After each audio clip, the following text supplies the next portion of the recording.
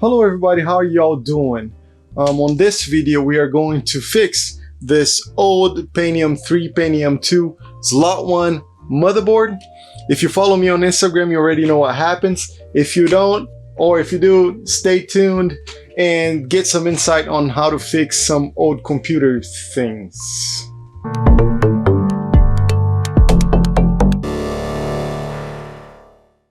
I've had this Pentium 3 800MHz processor forever in my drawer. I don't remember if it works or where I got it from, but it's probably with me for more than 15 years. I worked at tech support back when these were popular, so probably a client gave it to me after an upgrade or something. Or I stole it.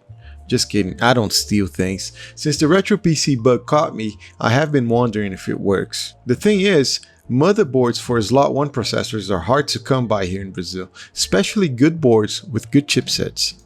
Enter the Abit BH6 motherboard, something I bought in Brazilian eBay for about $3. It sports the 440BX chipset from Intel. Years ago when this platform was popular, it was one of the more desired chipsets. But like I said, good ones are hard to come by, so I bought this one completely broken. Capacitors have leaked all over the place and look disgusting with their cap juice oozed down their sides. There are 11 caps that need to be replaced. All of them are of the same capacitance, 1000 microfarad, but 6 of them are rated for 6.3 volts and 5 for 10 volts, and I intend to keep them that way. Since my last recap, that I'll link here and on the end of the video so you can stay, I've learned a bit.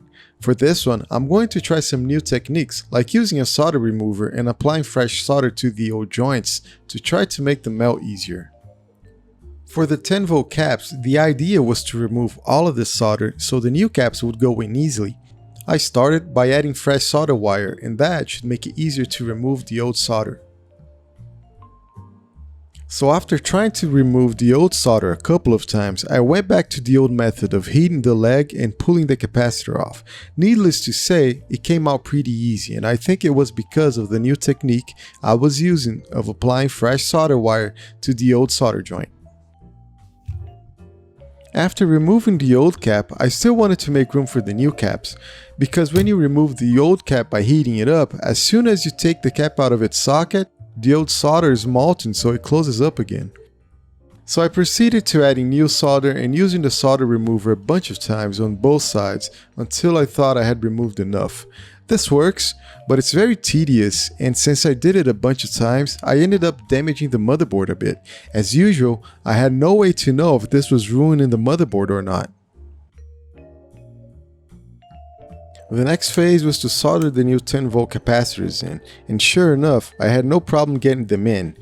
But they were a bit loose in their sockets, and this could mean it's not making a connection to the circuit. So I tried soldering them a bunch of times, so maybe I could get some solder in the hole and lock them tight. But after I tried a bunch of times, it still looked pretty bad. But for the time being, it was the best I could do, so I moved to the 6.3 volt caps. For these, I decided not to clear the solder completely, so I heated them up, pulled them out, and then as expected, I had trouble putting the new ones in because there wasn't enough space. So after fighting with them a bit, trying to heat the old solder and stick the capacitor in there while the solder was soft, I added a bit of new solder and tried it again, and that seemed to do the trick. So I have a few new insights for you that want to do this, but fresh solder no matter what. If you choose to remove it all, or if you don't, you should also add new solder to help soften the old one.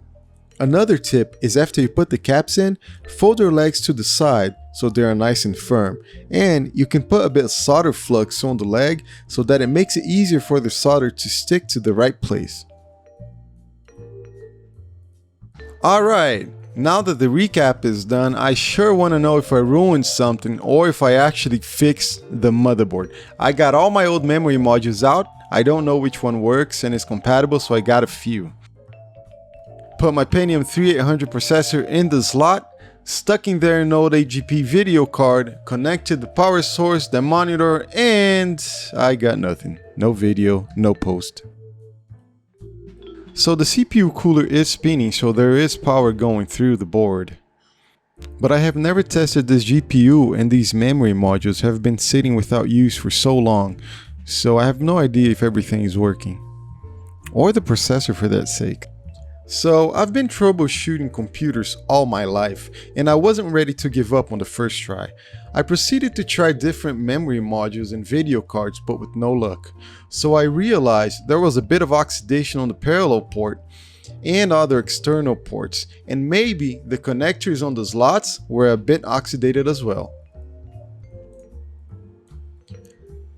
So I repeatedly inserted and removed the video card, memory modules, and processor a few times to get better contact through friction between them, and then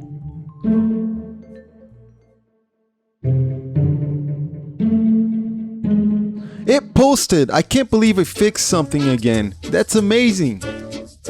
I'm one step closer to my Pentium 3 full build. As useless as this is, it's amazing to see it working again. Awesome, yeah!